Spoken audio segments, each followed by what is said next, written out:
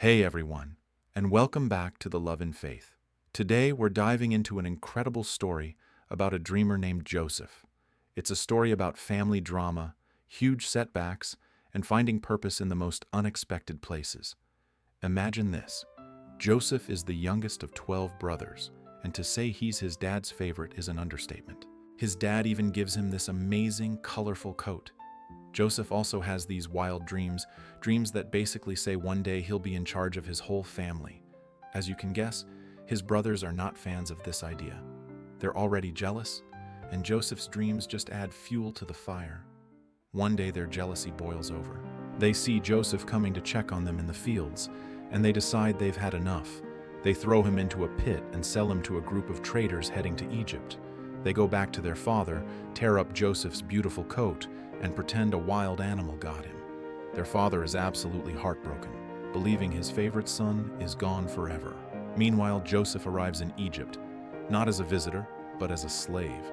He's sold to Potiphar, a high-ranking official. But here's where things get interesting.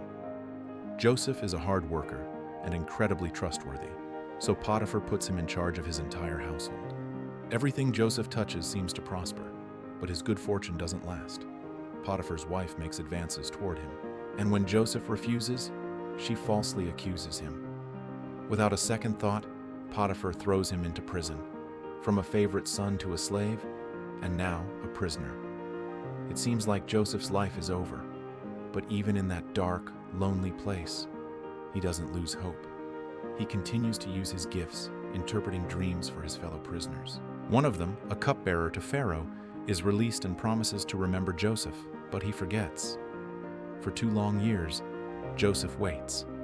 Then, Pharaoh himself has 2 disturbing dreams that no one can interpret. Suddenly, the cupbearer remembers the young man in prison. Joseph is brought before Pharaoh, and he doesn't just interpret the dreams, he provides a plan. He explains that 7 years of abundance will be followed by 7 years of severe famine.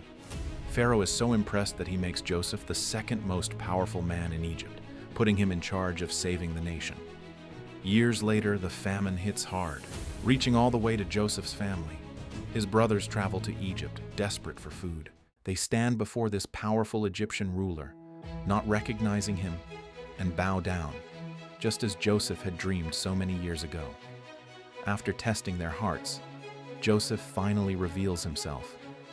"I am your brother Joseph," he says. They are terrified, but Joseph reassures them. He says, "You intended to harm me, but God intended it for good, to save many lives." Joseph's story is a powerful reminder that even when life takes us through betrayal and despair, there can be a greater purpose at work. What seems like a dead end might just be a detour to our destiny. Thanks for watching. If this story moved you, please give it a like, and don't forget to subscribe to the Love and Faith for more stories of hope. We'll see you next time.